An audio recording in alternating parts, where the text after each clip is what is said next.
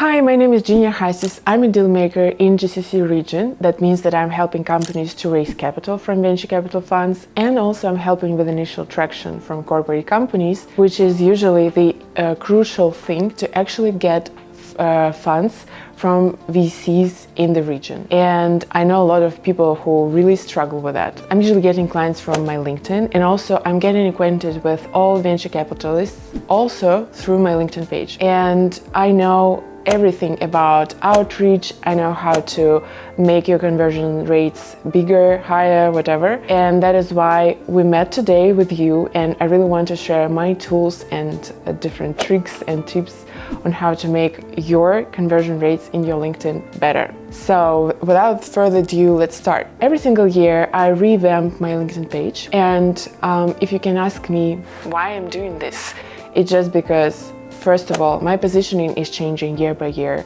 I would say that a year ago, I would say about myself that I'm a person who is just raising capital because I didn't do the B2B stuff before. So right now, I'm introducing myself as a deal maker, right? So before I was a person who is just doing fundraising. Or before that, I was doing some other things which were B2B sales because I developed my own company, tech recruitment company in the United States and in the MENA region as well. So every single year we change the positioning. That is exactly why we really need to change it on our LinkedIn page. That's number one thing. Second thing is that LinkedIn is upgrading their own tools, and every single year or every single quarter of a year I'm learning some different new tools that I can use and new features of LinkedIn. And this is also important to use these things to develop your community, to grow your network, and show more of your expertise. I think that year by year I am developing my sales skill better, and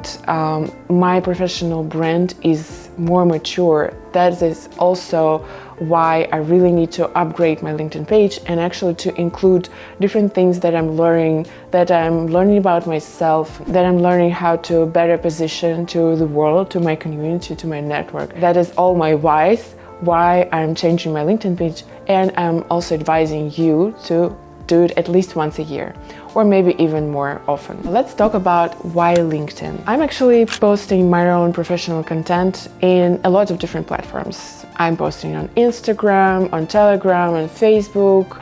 I'm also trying to grow my network on Twitter and LinkedIn. And one thing that I'm using across all these platforms is content creation. And I just see that LinkedIn algorithms works the best. What do I mean by that? I mean that, let's say I'm posting something, my insight about LinkedIn revamp, right? Or I'm posting a list of venture capital investors. Let's say once I posted a list of venture capital investors, women in Saudi Arabia. There was a list of, I think, 10 or 15 women, and that post had 112,000 engagement rate, and it brought me 2,000 of my target audience, which is founders and investors. And people were adding me, I think for 2 years, every single hour I just checked in my LinkedIn and I noticed that there is 100 more people subscribe to my content. So this is exactly how LinkedIn is working with their content creators. And I would say that my engagement rate across other platforms with the same type of content is different. It's just a little bit less engaging. I think that it's just the way LinkedIn algorithm works, that this type of engagement with the audience gives me the maximum result. So that's exactly why. That's number one thing. The other reason is that probably this is the only platform where you can find the whole tech ecosystem in one place. So if you're a startup founder, you can always find all different kind of investors, angel investors, accelerators, representatives of accelerators, different representatives of venture capital funds, every single person who you need throughout all your career. And if you really need to raise capital, you can find all these people here. I know that in Twitter you can also find a lot of corporates, a lot of venture capitalists, but I think that the most engaging network is on LinkedIn, and that is why I recommend you to look into LinkedIn network and invest more time in developing your page your landing page and developing your relationship with your network. Before we go, I just want to highlight 2 different products that I really like on LinkedIn the most. The first is newsletter. I remember when I kicked off my newsletter on LinkedIn, during the first day, 2,000 people signed in my newsletter. And this is a very big number, right? And also I know that every single time that a new person really wants to follow me, follow my page or connect to me, I know that LinkedIn is just promoting my newsletter, and it shows to these people who want to connect with me that I have this product and offers to follow my newsletter. And this is exactly why I really like newsletter the most. I would say that if you post a text via just post or LinkedIn article or newsletter, you will get the best and the most engagement on newsletter. So it means that your time which you invested in creating this content will be appreciated the most if you use this format or this product of LinkedIn. Another product which I also recommend is LinkedIn Live. So I remember that I was a little bit scared to, use this LinkedIn Live for the first time because I didn't know how to use it, and because the provider of the stream, you need to just make this integration with third-party platform, and I'm not a tech guy usually. So I remember that it was at midnight. I was just thinking that, okay, I'll just try this to create this LinkedIn Live so that no one see it, super quiet. So I created the test LinkedIn Live, and I remember that when I went live, there was a lot of people just knocking my door and just connecting, saying hi. And I just know that LinkedIn is also promoting for those people who are just online. You see the banner, it just pops up in your LinkedIn feed that someone is just going live, and you can just go into this room and just connect. So it's super engaging, also much more engaging than post or any other product of LinkedIn. I would really recommend to those startups who are raising capital to organize LinkedIn Live and to invite, let's say, 3 potential investors to the panel where you will be presenting your own product, your own startup, and kind of showing that you're you are raising capital, or maybe you can just not even mention that, but create the open pitch where you are pitching your own product, and 3 other investors who are also invited at this panel, they are kind of sharing their information or their vision on your product or your niche or your technology that helps to other people to understand what you do and understand something about your niche or your technology or your product, and also to get acquainted with something that you really like and that you're doing. So these 2 recommendations, once again, newsletter and LinkedIn Live, go for it. Right now we're going to talk about 4 most important things on LinkedIn which you need to know about this page. And I want to talk about that because I see a lot of venture capitalists or a lot of C-level executives from different corporates who never thought about it. And this is the most important thing. So you probably don't know because maybe you're not doing sales as much as I do, but there is so lot of bots on LinkedIn. And there is just several things that can show the rest of the people that you're not a bot, that you're trustworthy, and people can deal with you. Every single one of us, we are always selling something. The founder is selling the equity of the company, the business development the team is selling the product, the HR department or tech recruiter is selling the brand of the corporate or the company where they're hiring people. Everyone is selling something. And the most important thing here is your conversion rate, right? So if you really want to have the highest conversion rate, then you need to be super trustworthy. And there is just 4 things that can help you to do that on LinkedIn. Let's go from the 4th. Okay, so recommendations. Recommendations is the must-have. How you can get recommendations?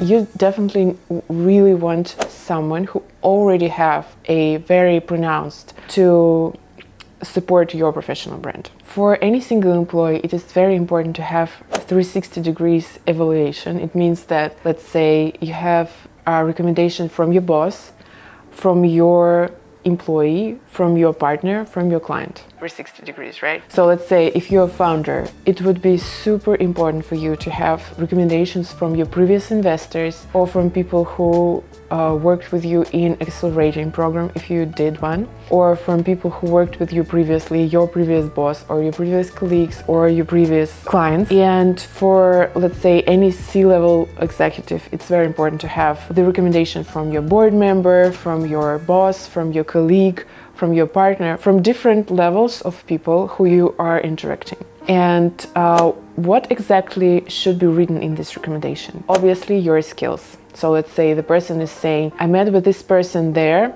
and he or she shows himself or herself as like decent professional.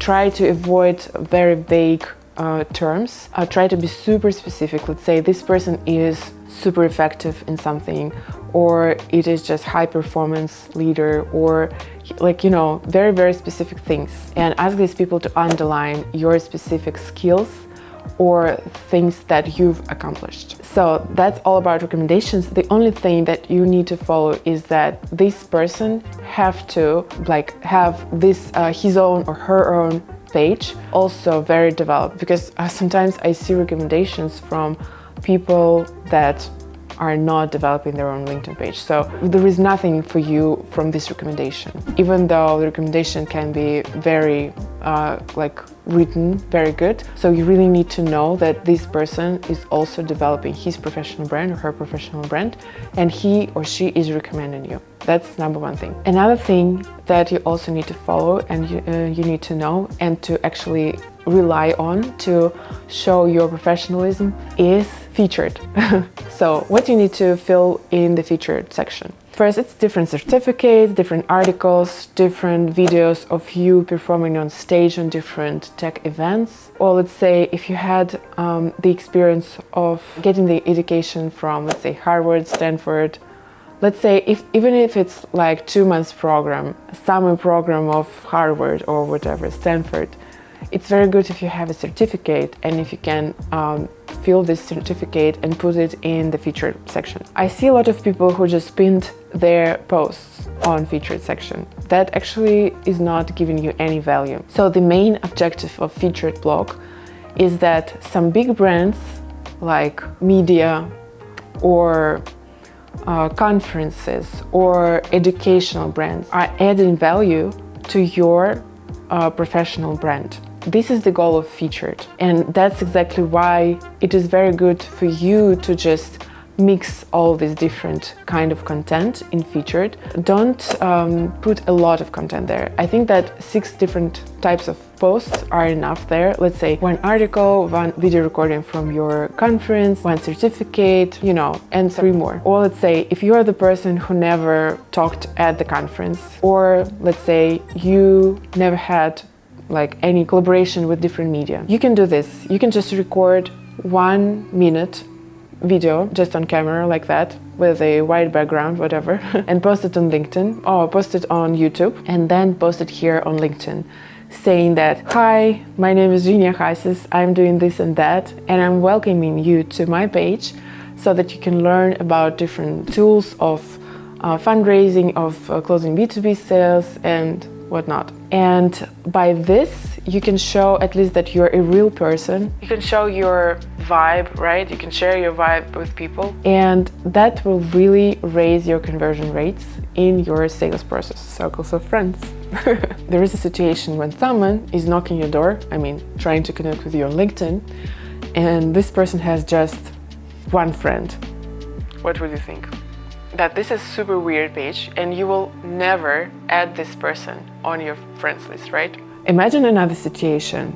You don't know the person, but you share 101 friend with this person. What would you do? You would obviously add this friend, right? So in order to get attention of people who you really want to get connected, you need to follow all their friends first, and then after that, come to this person and get acquainted.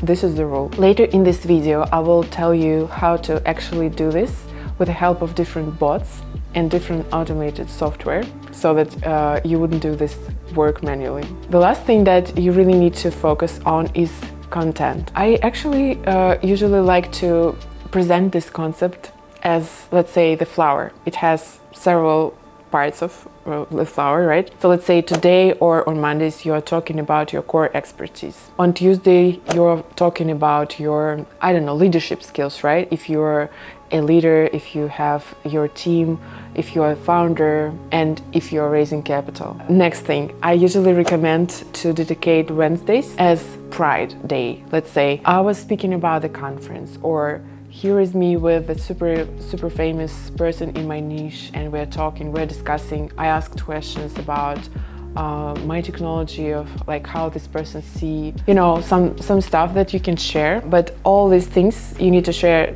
let's say one in the same day on Wednesdays.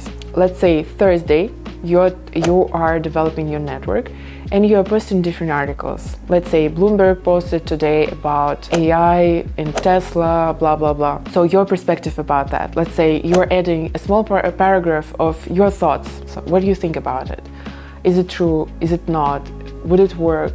Maybe it wouldn't, you know, because you're an expert. You can agree with the author of the article, or you can disagree. One very important thing, if you are doing this type of content, you need to tag a journalist, and it's very good if you can tag the person who journalist are referring to in the article, and that will help you to grow your network. Very good. I also recommend doing practically the same on Fridays, but growing your network through other people's content. Let's say an expert in your niche shared his or her opinion about certain topic, and you can repost this post on your feed, adding some notes. The same, like let's say I agree with this person, I disagree, I completely disagree, or no, I support this vision or this topic. So this is exactly how you can show yourself and your architecture of your professional brand from different angles, right? So you talked about your core expertise, you engaged with people, you talked about your leadership skills, and you said that you're super social and you're participating in different conferences. And let's say during just 1 week, people can get acquainted with you and understand who you are. So every single Monday you can add, let's say, 100 new people, and then you can introduce yourself through your content, and then after that they will recognize you anywhere on any single conference in the world. So once again, 4 different things how people know that you are not a bot and you are trustworthy. First, it's blog featured, which is created to underline your professional skills and give people perspective that you're not a bot and that big brands are supporting you. Second is recommended section, where you need to find people who can give you very good recommendations. Third is circles of friends, and you need to add a lot of people so that those people who you really want to target know that you're from their circle. And the last is content, and be aware that you're not posting just about your company and you're selling. People don't like this. Try to show yourself as a very interesting person. First of all, very high professional, and then also talk about your company. After finalizing 4 things that can make you look trustworthy on LinkedIn, let's go to About section. And I've seen so lot of different things in About section. Gosh, some people just don't feel it at all, or some people write like a huge story there. Like no one really read it, trust me. Some people write it as if someone is talking about you. Let's say, Genia, she's like very good professional in fundraising, she helped a lot of companies. That means that it's not me actually writing this text, right? It's not me communicating through this page. So it's better if you talk about yourself, first of all. That helps people understand that they can reach out to you directly, and you're open to have this conversation, that they can talk to you, that they can share their ideas, or they can buy from you actually, or they can invest in your company. So this is very important. Second thing, I usually recommend to post there just 3 different paragraphs. Each of the paragraphs should contain 2, maximum 3 sentences. America taught me that you really need to focus on 3 different things. First, in your About section, you need to share all your career highlights. Let's say you worked with different countries, or you work with different very cool brands, very well-known brands, or you worked with Richard Branson or Elon Musk, or you managed the team of 100,000 different people across oceans, in different time zones, and that actually shows you as a very good person with time management, right? All highlights of your previous career should be in the first paragraph, 1 or 2 sentences. You can start the sentence with, during my 15 years of career, I worked with this and that brands. I showed myself as professional with these skills in certain niches. And then after that, you can go to the second paragraph. In the second paragraph, you need to leave just one thing, which is your call to action. This is the only place where people can understand what exactly you want. So you cannot put it anywhere on LinkedIn except this place. So you can put something like, right now I'm open to share my expertise in this industry. It actually means that you can be invited at different conferences to speak, or you can be invited as a person who is writing an article, or a collaboration, or a different partnership, right? Or they can buy your consulting services. So by this, you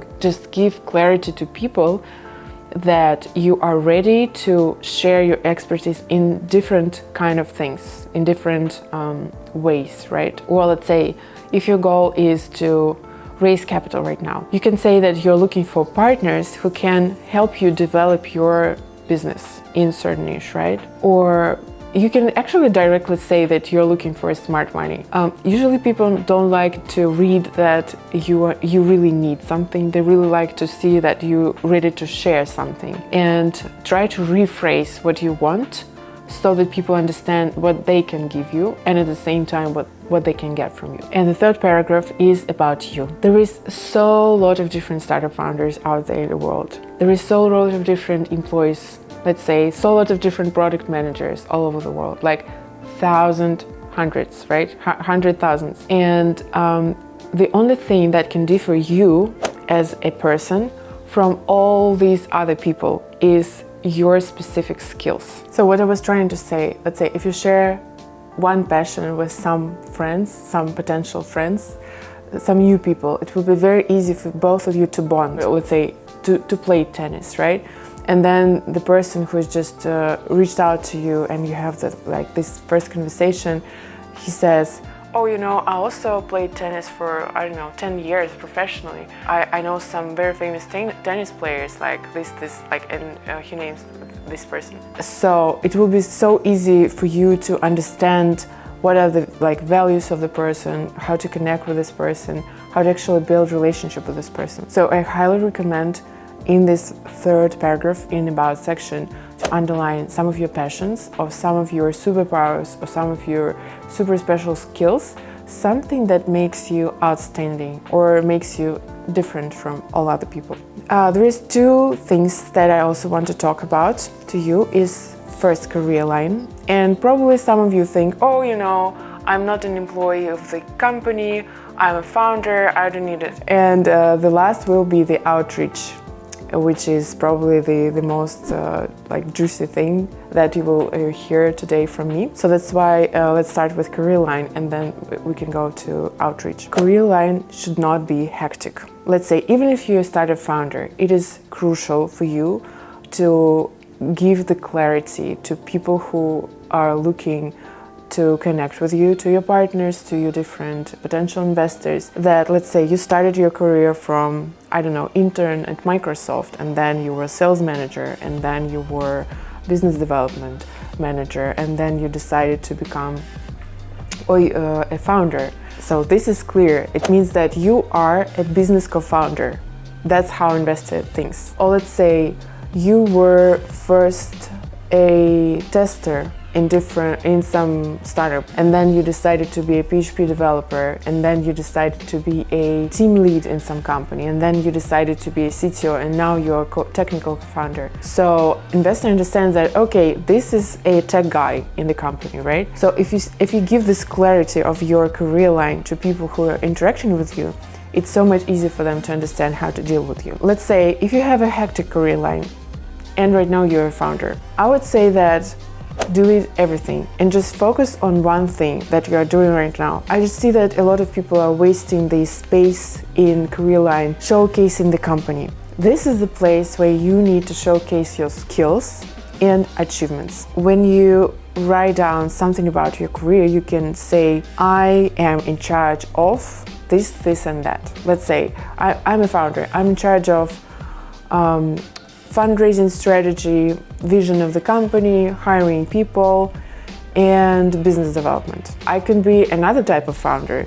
I can be a founder who is more of chief operation officer, and then I'm managing legal, I'm managing accounting, I'm managing financial department, and I'm managing HR department, right? After that, you need to write down your accomplishments. Let's say during my 5 years in the startup, I raised this much money. We developed our product and scaled it in different countries, you name it. And then I grew up the team, like let's say tech team from scratch to 100,000 people. So something that you actually achieved, and you're showing that to your potential clients, investors, your potential employees. My recommendation is to showcase just your skills, saying what you were responsible for and what you achieved. I would just say maybe one thing, just because I was tech recruiter. I actually owned a tech recruitment company for 7 years, and usually recruiters, when they see then they look at the career line of the people, and when they see just the process, let's say I was responsible for this, I was doing this, and no achievements. So any single recruiter in the world, they think that you just copied and pasted from job description when they hired you, and this is bad. So the best way is to just underline what you're responsible for, very short, and then your achievements, and that's how you can highlight your skills so much better. Let's go to the last piece. And that is exactly why we are here right now, right? Because the main product of LinkedIn could be either successful deal or successful hire or successful fundraising campaign. You are selling your own professional brand if you are a coach or you are a board member, you are an investor, and you are selling your skills. And it's also about conversion rates, everything about conversion rates, right? So how we are doing outreach? I usually recommend to use software. Let's say your target audience is, I don't know, sales managers. You can type in the search sales manager and then click people, and then you have a lot of people who are sales managers. Then you can just filter them through locations and then previous education and then maybe previous companies they worked with. And so right now you need to connect to all of them. So manually you're just clicking there on connect button, and then you fill this connect field with specific information, introducing yourself, giving the understanding to this person why he or she needs to add you, and it's just tons of work. There is a secret how you can just automate it. There is several software companies. I use either Phantom Buster or Expandy or LinkedIn Helper 2 to automate all that. And I usually use 2 steps sequence. So let's say the first message is about you and why you really want to connect with this person. And then in a day after this person added you, then you can send another message, and then you can say, let me reintroduce myself, give a little bit more about yourself and what exactly do you want from this person. Let's say you definitely need to add a call to action there, because I see so lot of people who are just selling something and I don't understand, okay, so what? It's very cool if you can just underline that you really want to have a short 15 minutes call with this person. You're ready to add value to the career or to the business of this person, and try to build a relationship with people as if you are equal. So you're ready to exchange. So even if you're a startup founder, you're raising capital with investor, you can give an insight about the industry, right? Even if you're a salesperson and your job is to sell, right? There is a lot of different sales managers, let's say from India, that are trying to sell me software or different marketing services, right? And there is so lot of different people who are selling that, like thousands of messages every single day I'm getting about that. Try to be more specific how you can target my niche or my audience, or how you can add value to me, to my life, to my career, to my professional brand. Let's say you can simply analyze something about me. Let's say you can download the database of people who just closed their investing round from Crunchbase, by the way. You can get the information about how much money they raised. It was 6 months ago, or it was 9 months ago, it was a year ago, and then use this information and include it in the first paragraph or the second message which you're sending through the software. And that is exactly how you can differentiate yourself from thousands of other messages. Like, you did your homework, you know that I'm on, let's say, seed stage right now, and I raised my capital a year ago, and this is exactly why I need to raise Series A right now. And maybe you guessed, and right now I'm in this fundraising period. Try to be smart, try to use software, and try to add value and be equal when you're reaching out to certain people. And yeah, try to follow me to learn more different tools, and in the next video I hope that I will share some of the founders' mistake that founders are making when they are doing this automated outreach to LinkedIn. And I know that it will be super useful for people who are raising funds right now, or they previously raised from angel investors and they are raising their first venture capital round from venture capital funds. Thank you very much. I would be super grateful if you can share this video, if you can comment it, if you put thumbs up, and I would really appreciate your feedback, because I'm doing that not very often. That's maybe my 5th video, and I really need a lot of feedback from you guys. Thank you and have a good day.